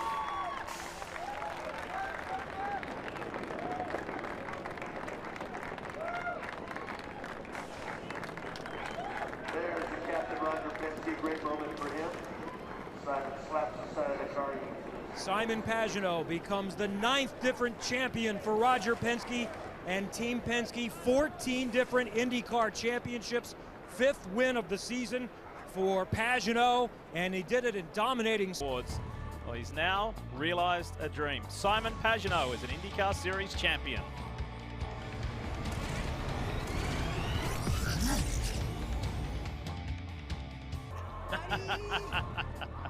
Everybody wants to congratulate Simon Pagenaud for winning this year's championship. Let's get down to Katie with more. And Team Sebastian Bourdais has done some terrific work with KVSH Racing over the years and provided victories as well. And as we take you back for the unofficial results of the GoPro Grand Prix of Sonoma, Pagenaud, Rahal, Montoya, the podium place getters. Ryan Hunter-Reay, happy to finish on a high, but not happy enough. And then Rossi and Newgarden, Castro Neves, that battle was fantastic. Marco Andretti with a bit of a turnaround performance, which was good to see him in the top 10. And then Kimball and the man we heard from, Sebastian Bourdais. And let's hope we see Michaela Lotion back in 2017 as well. Yeah, I mean, tough season for James Hinchcliffe. Some highs, but not the consistency he would like. Tony Kanaan, a hot prospect for next year as he might move teams. Not a great day for them. But some of these other guys, Paul, it's you know, back to the drawing board, trying to figure out if they can come back in this championship and come back strong. Yeah, we've got some new young blood coming in, R.C. Enerson, and we don't know what's going to happen with Jack Hawksworth. We don't know if it's the end of the road for him or if he gets another opportunity. That's what 2017 looks like for the Verizon IndyCar Series. Do you like the look of it? Looks pretty entertaining to me. I like the repetition, the consistency of schedule and date. Everybody at IndyCar did a great job. Jay Fry and Mark Miles, excellent job to find stability. A new event in St. Louis in late August, and it all winds up back here in wine country. September 17th here in Sonoma. Sometimes it takes series time to have what is a feel-good factor for the season finale. I think it feels right here in Sonoma. It certainly does, and that certainly helps things. The winery in the background, you can find us over there later. Maybe we'll see this guy, Simon Pagenaud. He'll have plenty on offer. A champagne shower for the champion, and what a day and what a feeling that must be for this guy. He came to America, won an Atlantic championship back in the Champ Car days, went to sports car racing, another championship, and now he is an Indy Series champion. He told me, Simon did earlier this year, what a big deal it was to win his first race for Roger Penske at Long Beach. Yeah. He felt that we maybe didn't even realize what a major moment that was in his life, because it's the team he always wanted to drive for. To deliver like he has in the second half of this season has got to just feel terrific. Roger Penske's 13th driver championship. Got to tell you, it's taken a little bit longer than what we had expected to do the champions ceremony with Kevin Lee and of course Simon, but you will be able to see that in the upcoming show, which is Victory Lap, NASCAR Victory Lap, when we are wrapped up here from Sonoma. Guys, we're almost out of time. Quick thoughts on the year. Well, it's just been a sensational season, great competition, huge effort from the drivers and teams, and a big thanks to our entire NBC team for making it happen. Amazing year, up and down for some, but total dominance. At the beginning of every season, there is so much hope, there is so much drive, there is so much passion. Some deliver it and some don't. Some get to do this at special places on significant days, and some get to do it as rookies. The veterans prevailed and had happy times. They've learned a lot and they're building on their futures. Some champions staged huge comebacks and signature moments. Youth is on the side of the Verizon IndyCar Series with great young American talent and spectacular finishes under the lights glittering. It has been yet again an amazing season. The stars prevailed and there's a new champion. Congratulations, Simon Pagenaud. Sonoma Raceway in California belonged to Team Penske. Simon Pagenaud today, the 32-year-old Frenchman, led 76 of the 85 laps in front of his family, who made the trip over from France to be crowned the 2016 Verizon IndyCar Series. You take the lead here, presenting the Astor Cup, recognizing the Verizon IndyCar Series World Champion, Simon Pagenaud, a first-time IndyCar champion, celebrates at Sonoma Raceway.